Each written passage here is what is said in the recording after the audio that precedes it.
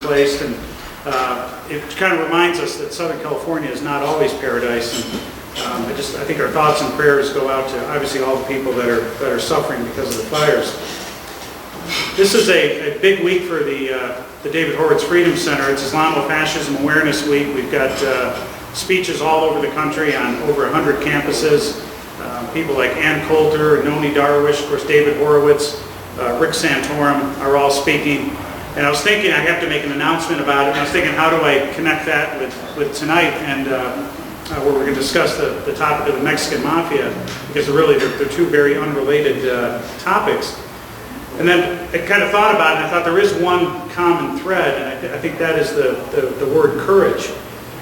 The people that are going out this week and speaking, Ann Coulter, again, David Horowitz, Noni Darwish, Rick Santorum, all of them, none of them would dare go onto one of these campuses to talk about Islamofascism without bodyguards. We had to hire security, spend a lot of money for security for all of our speakers. Noni Darwish spoke at Berkeley, and people were screaming, and they had to drag people. Security had to drag people out of the auditorium. The week is just starting. Ann Coulter they were trying to shout down Ann Coulter at Tulane last night. She's speaking at USC tomorrow night. And it shouldn't be that way when you're going out to speak the truth, or at least even your opinion about something. You shouldn't have to worry about someone rushing the stage or hurting you or trying to harm you, or even having someone shout you down and not allowing you to speak.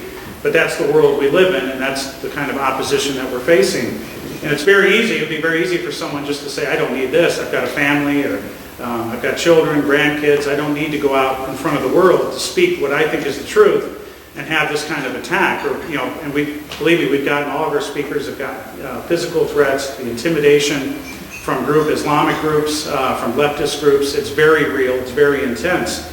So to do that, in spite of that, to still go out there in the face of fire, I think takes a lot of courage. And when Tony, this a couple years ago when you broached the topic of this book, the Mexican Mafia, frankly, I'd never heard of the Mexican Mafia. I had no idea that there was such a thing. We all live for those in the room here that live in LA, we're very familiar with gangs and street crime and the violence and the disruption that gangs cause to our everyday life. But we never thought of it in terms of a mafia. And when you bring up the term mafia, that raises all sorts of, the Sopranos and The Godfather and all that kind of stuff. We think of something very different than a local, street gang or, something on the corner in a neighborhood. Mafia means there's a hierarchy, there's command structures, and there's power. And when you think of mafia, street gangs may have power over a neighborhood, but mafias, when you think of a mafia, you think of power and control. When you have to include government, the media, police. You wonder how far those tentacles go when you use the term mafia. And I know that this is something that the press doesn't talk about. I'm certainly not old, but the Mexican Mafia was formed before I was born, so it's been around for quite a number of years. And you have to wonder why have we not heard of this? Why is it, it's maybe known in certain circles, but it's not known by the general public. And to be the first person that I know of to go out and publicly publish a book about the Mexican Mafia, where you're naming names and talking about all the people that make up this circle, takes a tremendous amount of courage. It's not an easy thing. I'm sure it was an easy thing to write about. Again, even with the book out, we're getting some attention, and Tony's been on radio shows. I haven't seen the LA Times review the book, unless I missed that Sunday edition. I haven't seen this on the everyday news in Los Angeles. Where's the stories? This is a major story, and this is a major threat to our everyday life, and nobody's talking about it. It's just everything is hush-hush.